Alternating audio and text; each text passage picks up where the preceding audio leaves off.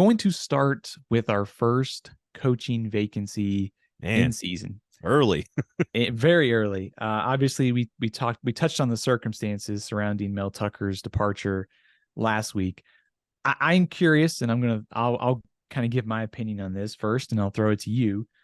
I think it's a top 25 job, and especially in the era of the Big Two, with the SEC and Big Ten moving ahead of the pack, Michigan State's willing to pay. I think that we saw Mel Tucker's contract. They're willing to go out and pay big bucks for the next one. So I think it's a top 25 job. I think we had it like 24th, 25th when we did the job rankings a couple years ago up on Athlon Sports. Maybe it's a little bit higher now. I do think it is somewhat more challenging with the new teams coming into the league, obviously with USC and Oregon and Washington. But I still think that this is a very, very good job that will attract a lot of interest. Do you agree, or do you think I'm too high on the job? I mean, you know, you and I have said this a long, long time. To quote a former host on this podcast, you just never know what makes a guy tick. So the usual names are being mentioned, especially from the Big 12, right? Matt Campbell, Chris Klieman, Lance Leipold. Like, Klieman strikes me as a guy that might be okay, just right where he is for a long time. He doesn't strike me as, and this is not insulting Coach Franklin, but he doesn't strike me as a climb the ladder, jump at every opportunity I can get to move up to a higher level type of guy like James Franklin is, frankly. You know, Lance Leipold, I think, would be an elite target if you're going to go after somebody. Mel Tucker finished his career at Michigan State. You know, however you feel about how it did or didn't end, they're basically just going to litigate the buyout at this point. Nobody really ever knows actually what went on between him and this person. Frankly, it is what it is. 12-13 total all-time record as the Big Ten head coach. He's coached 4 full seasons. He was under 500 3 of them. Yes, one of those was the pandemic year in 2020. His first season at Michigan State, also coming off some controversy. But the good year was elite, as we all remember, 11 wins in 2021. I'm curious what people how they view this job, to your point. I think there are a lot of jobs in college football that are around number 25 that you alluded to, right? Whether there's a couple from the Big Ten I'm going to ask you about, but, you know, Virginia Tech, Arkansas, South Carolina, you know, Oklahoma State. I think there's a lot of jobs that are in this range that are almost identical around college football. Pretty good fans, pretty good history and tradition, decent amount of money. I'm curious how people view always being number 2 in the state. No question, you're always number 2 in the state. I'm curious, and this, when I say people, I mean coaches. I'm curious how coaches view all of the stuff that has happened with this program, the noise, the way the D'Antonio era ended, the Larry Nassar stuff, and I realize they're not all connected. But there seems like a lot of noise around this program, and it seems like they can't just get it all just like behind them and out of the way. And I wonder if that affects the way they do business moving forward. I don't know. I just think it's worth asking the question. And does that affect the talent pool with which you are trying to attract? I don't know. I think it's moving down inside the current Big Ten. Stephen, is it a better job than Wisconsin? I do not think so. I think they're close. I think they're basically even. But I would put Wisconsin ahead of Michigan State. Is it a better job than Iowa? Yes. Okay. I probably would agree with that. Is it a better job than Nebraska? No. Okay. So Ohio State, Michigan, Penn State, Wisconsin, Nebraska, ahead of Michigan State. You've got them at number 6, basically, in the Big Ten, right? Yes. We're not talking about the current roster and the current teams. We're talking about, you put Nick Saban at all of these jobs. Michigan State's the 6th best, the 6th toughest, or the whatever. USC, Oregon, and Washington are ahead of them, right? Absolutely. Okay. So best case scenario, they are probably the 9th best job in the Big Ten, in the new Big Ten. I don't know what that means. I think it's a good job. I think you can make, they've shown us you can make the Rose Bowl, you can go to the playoff. But there's other things that you have to deal with when you're a coach at Michigan State. It's a good job. Is it great? I don't think it's elite, but is it a pretty good job? I would assume they would attract talent better than a controversial 5-7 coach from Colorado. I think if you think UCLA is a better job than Michigan State, That puts them at 10th, Yep. 18. And in you the new could Big Ten. and you could argue Iowa's better. I agree with you. I don't think Sure. it is, but you could argue Iowa's better too, which puts them at 11th in theory. So I think what would attract me if I'm a head coach is, number one, like I said, there's going to be a lot of dollars that Michigan State is willing to spend. There's that divide that we're seeing, SEC, Big Ten. Michigan State's above the line. They're in that cutoff with the Big Ten. Mm-hmm. They've already made the playoff under Mark D'Antonio when the format was tougher. Like, it's, in theory, It's all there. no divisions now. You don't have to go through Ohio State, Michigan, and Penn State in the same division to get to the conference championship game. And the playoff is more wide open for you. So that's why I think you'll get some good candidates here.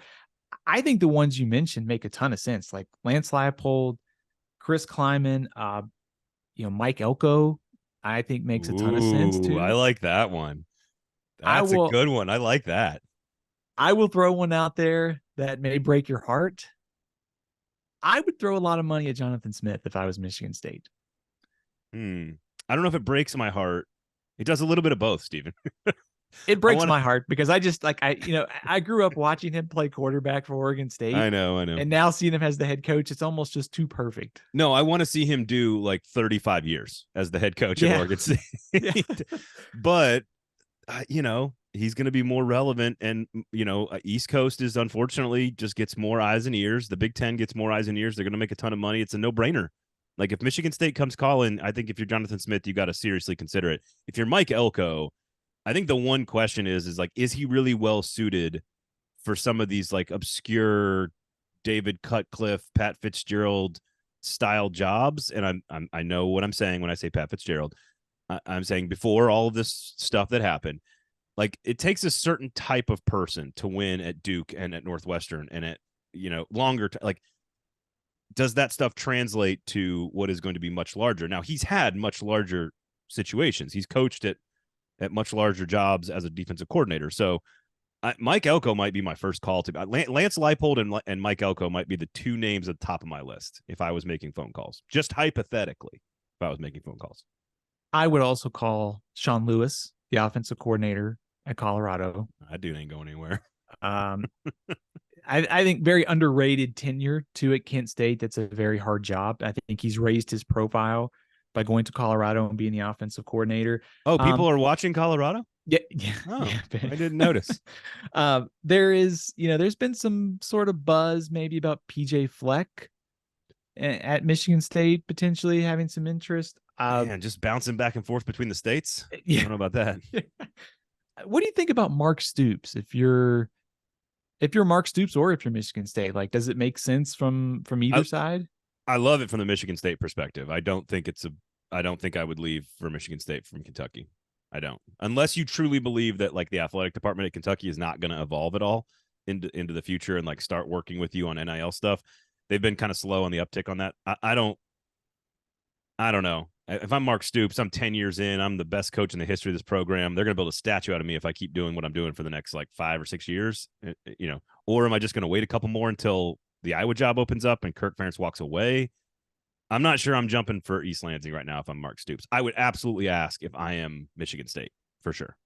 I would for sure call if I was Michigan State. And I think the same thing applies to Dave Clawson, too, at Wake Forest. I think he's had some chances to leave. He doesn't seem that crazy about leaving Wake Forest, but I would still make that phone call if I was Michigan State.